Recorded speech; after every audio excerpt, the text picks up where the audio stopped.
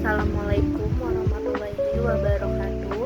Saya Debbie Amelia dari kelas C pagi ini mempresentasikan teori Emotion and Communication yang ditemukan oleh Dr. Maya Sari. Oke, lanjut. Untuk pembahasan pertama ini ada latar belakang. Jadi teori ini dikembangkan oleh Dr. Maya Sari, SEMSI, seorang profesor komunikasi dari Universitas Indonesia (UI).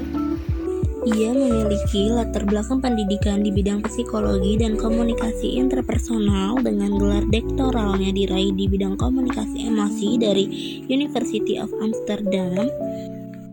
Dr. Maya Sari, SEMSI, lahir di Medan pada tahun 1977 dan menyelesaikan pendidikan S1 Akuntansi Universitas Syiah Kuala Unsyiah tahun 2000, S2 Aktuaria Institut Teknologi Bandung ITB tahun 2004, S3 Akuntansi Universitas Sumatera Utara USU tahun 2016, diamanahkan sebagai asesor Badan Akreditas Nasional Perguruan Tinggi BANPT, tim penilai proposal perdanaan pendidikan tinggi Dikti, Kementerian Pendidikan Kebudayaan, Riset dan Teknologi Republik Indonesia, Kemendikbudristek RI, dan juga aktif di lembaga dan organisasi sebagai anggota Badan Nasional Sertifikasi Profesi (BNSP), anggota Scientific Committee Medan International Conference on Economic and Business (MECEB), dan anggota Dewan Pimpinan Wilayah Asosiasi Dosen Akuntansi Indonesia (DPW ADAI) Sumatera Utara. Selanjutnya ada paradigma. Teori ini berdasarkan paradigma konstruktivis.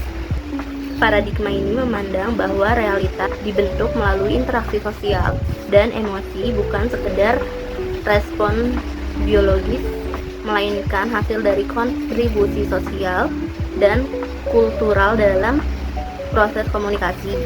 Contoh dari paradigma ini sendiri seperti menekankan bahwa pengetahuan dan realita itu bersifat dinamis, subjektif, dan dibangun melalui interaksi sosial serta pengalaman dari individunya sendiri.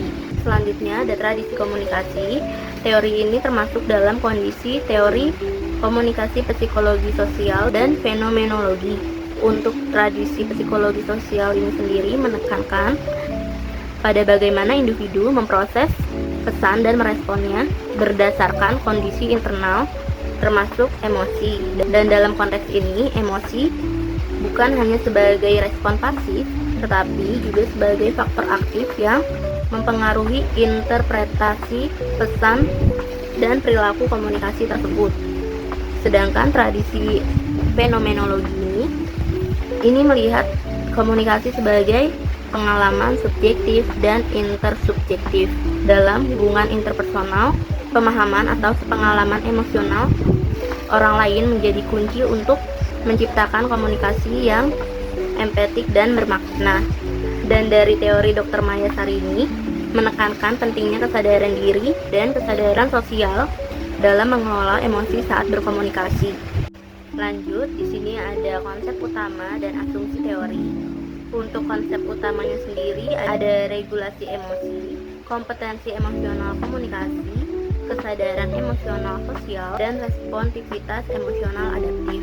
Adapun asumsi teorinya sendiri ada komunikasi regulasi yang baik, pengalaman nasional dan latar budaya, emosi secara verbal maupun nonverbal, kompetensi emosional. Lanjut, di sini ada relevansi dan fenomena saat ini. Teori emosi dan komunikasi yang dikembangkan oleh Dr. Maya Sari ini memiliki relevansi yang sangat tinggi dalam konteks komunikasi internasional masa kini. Di era yang modern ini, di antara manusia tidak hanya dengan tatap muka, tapi juga melalui media digital yang menimbulkan tantangan baru dalam memahami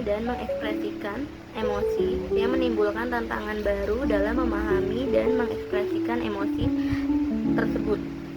Dan yang terakhir ada kelebihan dan keterbatasan tentang teori emotion dan communication. Untuk kelebihannya sendiri, yang pertama ada menekankan hubungan emosi dan proses komunikasi. Yang kedua, relevan dengan konteks modern. Dan yang ketiga, ada membuka pemahaman tentang konflik dan resolusi. Untuk keterbatasannya sendiri, yang pertama ada tingginya tingkat subjektivitas, dan yang kedua ada kurangnya standarisasi dalam pengukuran emosi, dan yang terakhir ada kompleksitas hubungan, emosi, dan komunikasi. Sekian dari saya, terima kasih. Wassalamualaikum warahmatullahi wabarakatuh.